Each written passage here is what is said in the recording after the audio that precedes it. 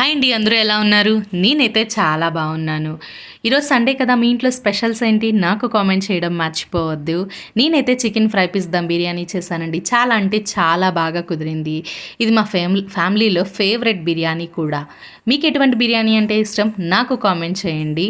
నేను మీకు ఒక సజెషన్ చెప్పాలి అనుకుంటున్నాను. ఇప్పుడే యూట్యూబ్ స్టార్ట్ చేసే వాళ్ళకి మీరు అనొచ్చు, నువ్వే ఒక చిన్న యూట్యూబర్, నువ్వు మాకేం సజెషన్ చెప్తావులేమ్మా అనొచ్చు. బట్ వినండి, నేను ఇప్పుడే యూట్యూబ్ స్టార్ట్ చేశాను, నన్ను ప్లీజ్ సపోర్ట్ చేయండి, సబ్స్క్రైబ్ చేయండి అని చెప్పి బంధువుల్ని కానీ ఫ్రెండ్స్ని కానీ అస్సలు అడగకండి. ఎందుకంటే వాళ్ళు సపోర్ట్ చేయకపోగా నెగిటివిటీ స్ప్రెడ్ చేయడంలో ముందుంటారు.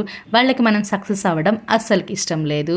మీకు తెలిసిందే, కామన్గా బంధువుల్లో మనం నవ్వుతూ ఉన్నామంటే వాళ్ళు ఏడుస్తూ ఉంటారు, మనం ఏడుస్తున్నాము అంటే వాళ్ళు నవ్వుతూ ఉంటారు. సో వాళ్ళందరికంటే మీ యూట్యూబ్ ఛానల్లో వీడియోస్ పెడతారు కదా, వాళ్ళని రిక్వెస్ట్ చేయండి, ప్లీజ్ సబ్స్క్రైబ్ చేయండి అండి అని. అప్పుడు గ్యారెంటీ వాళ్ళు మీ సక్సెస్ అవ్వడానికి ముందుంటారు. 100 కాదండి, 200% బంధువులు కంటే బయట వాళ్ళు చాలా బెస్ట్ అండి. మీరేమంటారు నాకు కామెంట్ చేయడం మర్చిపోవద్దు.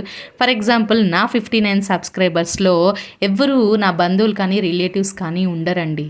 అందరూ నేను నా వీడియోస్ చూసి సబ్స్క్రైబ్ చేసిన వాళ్ళే. ఆ 59 సబ్స్క్రైబర్సే నా ఫ్యామిలీ మెంబర్స్ అండి. ఇప్పుడు నా 59 సబ్స్క్రైబర్స్కి నేను ఒకటి చెప్పాలి అనుకుంటున్నాను. నా ఛానల్ని సబ్స్క్రైబ్ చేసి లైక్ చేసినందుకు మీ అందరికీ నేను చాలా రుణపడి ఉంటాను. ఎంత థ్యాంక్ యూ చెప్పినా చాలా తక్కువే అండి. అయినా కూడా థ్యాంక్ యూ సో మచ్ అండి. ఇప్పుడు నా ఛానల్ని సబ్స్క్రైబ్ ఎవరైతే చేయలేదో దయచేసి నా ఛానల్ని సబ్స్క్రైబ్ చేయండి, లైక్ చేయండి. ఇది నా వైపు నుంచి ఒక చిన్న రిక్వెస్ట్ అండి. ఎందుకంటే నేను ముందుకెళ్ళడానికి మీ అందరూ చాలా హెల్ప్ చేస్తున్నారు. సో మీ అందరికీ thank you so much. Bye, happy Sunday.